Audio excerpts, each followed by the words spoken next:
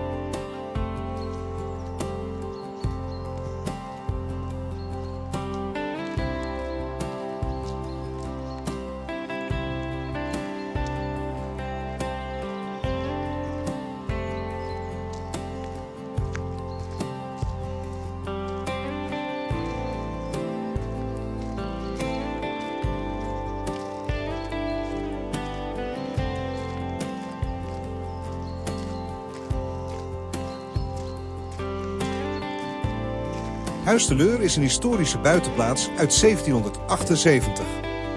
Het landgoed wordt gekenmerkt door een uitgestrekt landschapsbos en een park in 18e-eeuwse stijl met slingerende paden.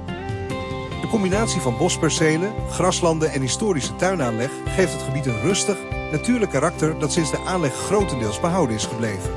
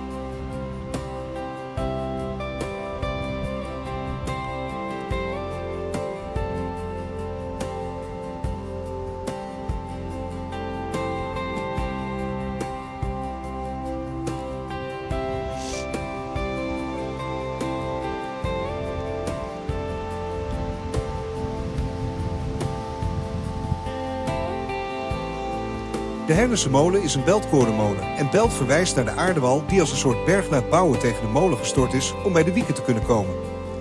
De molen is maalvaardig, maar maalt niet meer voor consumptie.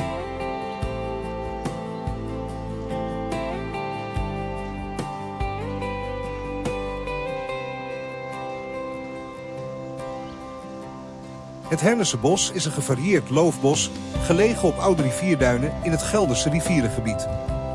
Door de zanderige bodem, omringd door kleigronden, kent het een unieke flora. Het gebied kenmerkt zich door statige lanen, eeuwenoude bomen en een rijke fauna, waaronder dassen en spechten. Een prachtig, rustig stuk natuur.